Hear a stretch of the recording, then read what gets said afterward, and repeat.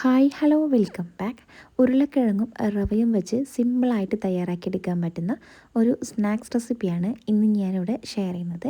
അപ്പോൾ video skip ചെയ്യാതെ കാണുക. ഇഷ്ടമായാലൊന്ന് ലൈക്ക് ചെയ്യാനും പിന്നെ ഷെയർ ചെയ്യാനും സബ്സ്ക്രൈബ് ചെയ്യാനൊന്നും മറക്കല്ലേ. അപ്പോൾ നമുക്കൊരു സ്നാക്സ് എങ്ങനെ തയ്യാറാക്കിയെടുക്കുക എന്നുള്ളത് നോക്കാം. ഇനി ഈ ഒരു റവ നമുക്ക് കുതിർക്കാനായിട്ട് വെക്കാം. അതിനായിട്ട് ഇതിലേക്ക് കുറച്ച് വെള്ളം ഒഴിച്ചു കൊടുത്തിട്ടുണ്ട്. വെള്ളം ഒഴിച്ചിട്ട് ഇതുപോലെ ഒന്ന് മിക്സ് ആക്കിയതിന് ശേഷം നമുക്കിതൊരു 10-15 മിനിറ്റ് ഈ ഒരു റവ ഒന്ന് കുതിർക്കാനായിട്ട് മാറ്റി വെക്കാം.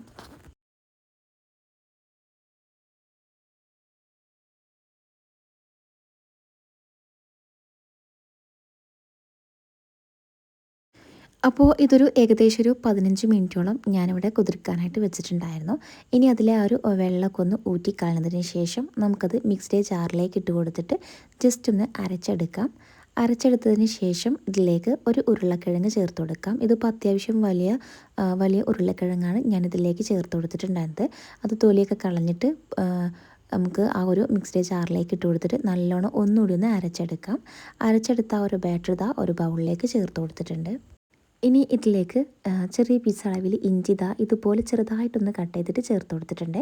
അതുപോലെ തന്നെ പച്ചമുളക് പിന്നെ ക്യാപ്സിക്കം എല്ലാം ഇതുപോലെ ചെറുതായിട്ട് വേണമെന്ന് കട്ട് ചെയ്തെടുക്കാനായിട്ട് എല്ലാം കൂടി നമുക്കൊരു ബാറ്ററിലേക്ക് ചേർത്ത് കൊടുത്തിട്ട് ഒന്ന് മിക്സ് ആക്കിയെടുക്കാം. ഇനി ഇതിലേക്ക് ഉപ്പ് ചേർത്ത് കൊടുക്കാം. ഉപ്പൊക്കെ ആവശ്യത്തിന് ചേർത്ത് കൊടുക്കാം. അപ്പോൾ അതിലേക്ക് ആവശ്യമായിട്ടുള്ള ഉപ്പും കൂടി ചേർത്ത് കൊടുത്തിട്ടുണ്ട്. പിന്നെ ബേക്കിംഗ് സോഡ അതും കൂടി ചേർത്ത് കൊടുക്കണേ. നല്ലൊരു സോഫ്റ്റായിട്ട് കിട്ടാൻ വേണ്ടിയിട്ടാണ് ഇതിലേക്ക് ബേക്കിംഗ് സോഡ ചേർത്ത് കൊടുത്തിട്ടുള്ളത്. അല്ലാന്നുണ്ടെങ്കിൽ നിങ്ങൾക്കിത് ഒരു മണിക്കൂർ അല്ല അരമണിക്കൂറൊക്കെ ഈ ഒരു മാവ് ഉണ്ടാക്കിയതിന് ശേഷം ഒന്ന് റെസ്റ്റ് ചെയ്യാനായിട്ട് വെക്കാവുന്നതാണ്. അപ്പോൾ എല്ലാം കൂടി ചേർത്ത് കൊടുത്തിട്ട് ഇതുപോലെ ഒന്നുകൂടി മിക്സ് ആക്കിയിട്ടുണ്ട്. ഇനി നമുക്കിതൊന്ന് വേവിച്ചെടുക്കാം. ആവിയിലാണ് ഞാനിത് വേവിച്ചെടുക്കുന്നത് കേട്ടോ. അതുകൊണ്ട് തന്നെ നല്ല ഹെൽത്തി ആയിട്ട് ഉണ്ടാക്കിയെടുക്കാൻ പറ്റുന്നൊരു സ്നാക്സ് റെസിപ്പിയും കൂടിയാണ്. അപ്പോൾ എന്തായാലും ഉണ്ടാക്കി നോക്കാം. ഇനിയിപ്പോൾ ഞാനിതാ ഇതുപോലത്തെ ഒരു കേക്ക് ടീൻ എടുത്തിട്ടുണ്ട്. അതിലേക്ക് ഓയിൽ ജസ്റ്റ് ഒന്ന് സ്പ്രെഡ് ചെയ്ത് കൊടുക്കുക. ശേഷം നമ്മളിപ്പോൾ റെഡിയാക്കി വെച്ച ആ ഒരു മാവ് അതിലേക്ക് ഒഴിച്ചു കൊടുക്കണേ. എന്നിട്ടൊന്ന് ആവി കയറ്റി ഒന്ന് വേവിച്ചെടുക്കാവുന്നതാണ്. ഇതിപ്പോൾ ഒരു ഏകദേശം ഒരു 25 അരമണിക്കൂറിൻ്റെ അടുത്ത് ഉണ്ടാവുന്നത് കുക്ക് ചെയ്തെടുക്കാനായിട്ടുള്ള ടൈം. അപ്പോൾ അത്രയും ടൈം വേണം ഇതൊന്ന് കുക്കായി വരാൻ വേണ്ടിയിട്ട്. അപ്പോൾ ഇതൊന്ന് കുക്കായി വരുന്ന ആ ഒരു ടൈമിൽ നമുക്ക് ഇതിലേക്കുള്ള ഒരു ചെറിയൊരു മസാല ഉണ്ടാക്കിയെടുക്കാം. അതിനായിട്ട് ഞാനിവിടെ ഒരു ബൗൾ എടുത്തിട്ടുണ്ട്. അതിലേക്ക് 2 ടേബിൾ സ്പൂൺ അളവിൽ കാശ്മീരി മുളക് പൊടി എടുത്തിട്ടുണ്ട്. പിന്നെ അതിലേക്ക് കുറച്ചധികം തന്നെ കറിവേപ്പില ചെറുതായിട്ട് കട്ട് ചെയ്തിട്ട് ചേർത്ത് കൊടുത്തിട്ടുണ്ടായിരുന്നു. ഇനി അതിലേക്ക് നാരങ്ങാ നീരാണ് ചേർത്ത് കൊടുക്കുന്നത്. ജസ്റ്റ് ചെറിയൊരു പുളിക്ക് വേണ്ടിയിട്ട് നാരങ്ങാ നീരും കൂടി ചേർത്ത് കൊടുക്കുക.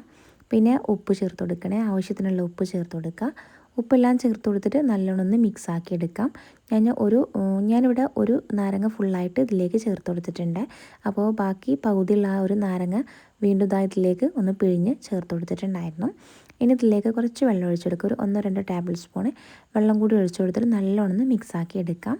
ആ ഒരു മുളക് പൊടി ഒന്ന് ജസ്റ്റ് ഒന്ന് ലൂസാക്കി എടുക്കാൻ വേണ്ടിയിട്ട് കുറച്ച് വെള്ളം ഒഴിച്ചു കൊടുത്തിട്ട് ഇതുപോലെ അങ്ങ് ലൂസാക്കി എടുത്തിട്ടുണ്ട്. ഒരുപാട് വെള്ളം ഒഴിച്ചു കൊടുക്കേണ്ട, കുറച്ച് മാത്രം മതി. അപ്പോൾ ഇതുപോലെ ആയിരിക്കും നമുക്ക് ഈ ഒരു മസാല കിട്ടുക. അപ്പോഴേക്കും നമ്മുടെ റവ നല്ലതുപോലെ വെന്ത് വന്നിട്ടുണ്ടായിരുന്നു. ഞാനതൊന്ന് മാറ്റിയെടുത്തിട്ടുണ്ട്. അതായത് നല്ലോണം ചൂടാറിയിട്ട് വേണം നമുക്കൊരു പാത്രത്തിൽ നിന്ന് ഒന്ന് മാറ്റിയെടുക്കാനായിട്ട്. എങ്കിൽ മാത്രമേ നല്ല വൃത്തിയായിട്ട് ആ ഒരു പാത്രത്തിൽ നിന്ന് നമുക്ക് കിട്ടുള്ളൂ കേട്ടോ. അപ്പോൾ ഇതിപ്പോൾ അധികം ചൂടാറിയിട്ടൊന്നുമില്ല, ജസ്റ്റ് ഒന്ന് തണുത്തിട്ടുള്ളൂ കേട്ടോ.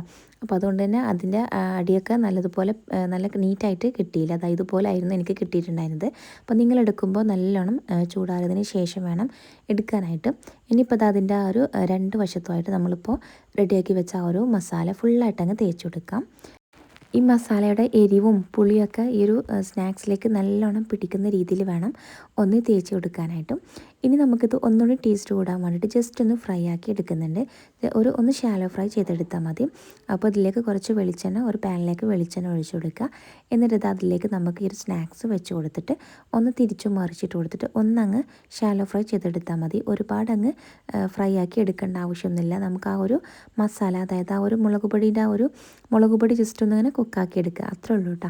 അപ്പോൾ ഇതുപോലെ തിരിച്ചു മറിച്ചിട്ട് കൊടുത്തിട്ട് ഒന്ന് കളറ് മാറ്റിയെടുത്താൽ മതി. അപ്പോഴേക്കും നമ്മുടെ സ്നാക്സ് ഇവിടെ റെഡി ആയിട്ടുണ്ട്. ഇനിയിപ്പോൾ നിങ്ങൾക്ക് വേണമെന്നുണ്ടെങ്കിൽ ഇത് നല്ലോണം ചെറുതായിട്ടൊന്ന് കട്ട് ചെയ്തതിന് ശേഷം ഈ ഒരു മസാല തേച്ചിട്ട് ഇതുപോലെ ഫ്രൈ ആക്കി എടുത്താൽ മതി കേട്ടോ.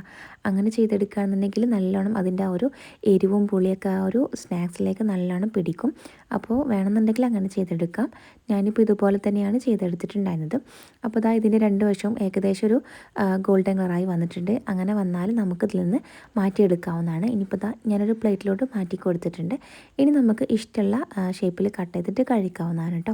ഇതിപ്പോൾ സ്നാക്സ് ആയിട്ടോ അല്ലാന്നുണ്ടെങ്കിൽ ബ്രേക്ക്ഫാസ്റ്റ് ആയിട്ടും ഡിന്നറായിട്ടൊക്കെ കഴിക്കാവുന്നതാണ്.